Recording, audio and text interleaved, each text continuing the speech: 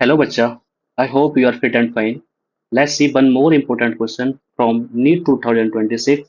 Booklet code is 11 and question number is 18. Let's see what it is saying. In the circuit shown below, the voltage appearing across the diode D will be of the form. ठीक है, ये हमारा एक voltage output है जो कि यहाँ पे दे रखा है, जो कि एसी वोल्टेज हमारे इस सर्किट में प्रोवाइड कर रहा है। इस सर्किट में हमारा एक पीएन जंक्शन डायोड लगा हुआ है। हमें बताना है कि जब इससे जो आउटपुट निकलेगा उसका वेव फॉर्म डायग्राम कैसा होगा, मतलब टाइम के साथ में किस टाइप का आउटपुट ये सर्किट से निकलेगा।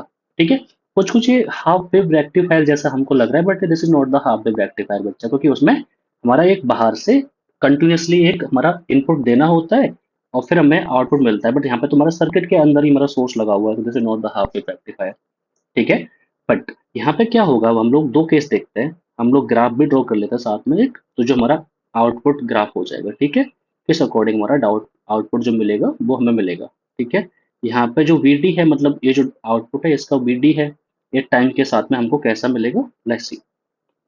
ओके, लेट्स सपोज ये जो हमारा सर्किट जब स्टार्ट होता है, इसमें जो करंट है इस डायरेक्शन में जा रहा है, क्योंकि एसी एसी है। हर एक टाइम फॉर्म के बाद में अपना ये कि करंट की डायरेक्शन को बदलेगा। तो पहले मान लो करंट यहाँ से जा रहा है। करंट अगर यहाँ से जाएगा हमारा, तो करंट इधर साइड से जाएगा।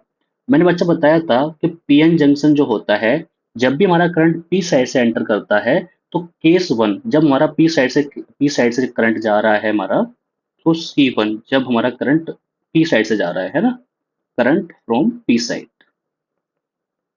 करंट फ्रॉम पी साइड, तो क्या होगा हमारा पीएन जंक्शन जो है हमारा, it will be in the forward biasing. इसमें हो जाएगा बच्चा ये फॉरवर्ड बायस बन जाएगा।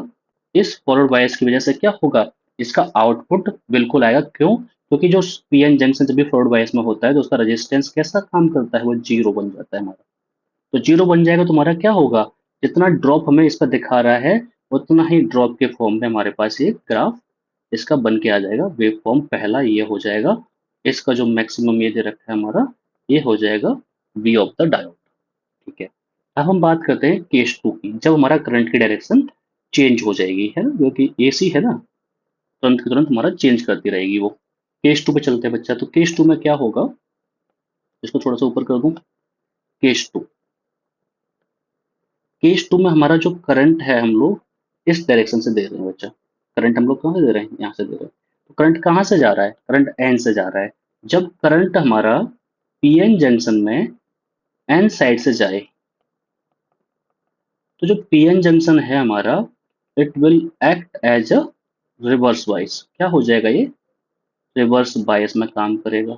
और जब ये रिवर्स बायस में काम कर रहा है तो बच्चा इसका जो रेजिस्टेंस हो जाता है वो इनफाइनाइट की तरह एक्ट करता है। मतलब इसके थ्रू कोई भी वोल्टेज, कोई भी आउटपुट, कोई भी करंट पास नहीं होगा इस केस में। तो हमारा जो ग्राफ बनेगा इसके आगे का, वो बिल्कुल जीरो पे चलता जाएगा आगे तक। ठीक है, फिर अगेन अगर हमारी साइकिल और आगे बढ़ाएंगे तो फिर अगेन हमें सेम साइकिल ही मिलेगी यहाँ पे। बट यहाँ तक का हमें ग्राफ तो दे नहीं रखा है, अगेन हमें सेम टाइप के वेव फॉर्म जनरेट होते जाएंगे। जो कि आप देखोगे, जो हमारा ए ऑप्शन है इसमें कंटिन्यूस वेव फॉर्म जनरेट हो रहे हैं। मतलब ये तो पॉसिबल ही नहीं है, क्योंकि जब रिवर्स बायस में जाएगा तो हमारा ये सेकंड वेव फॉर्म तो बन नहीं पाएगा, तो ये गलत हो जाएगा। यहाँ पे सेम आउटपुट आ रहा है, बट आउटपुट तो सेम नहीं आएगा ना, क्योंकि डायोड लगा हुआ है यहाँ पे हमारा।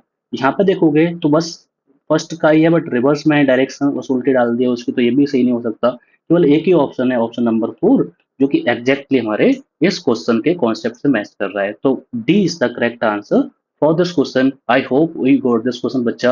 For more question, subscribe this channel and like and share this video. Thank you so much.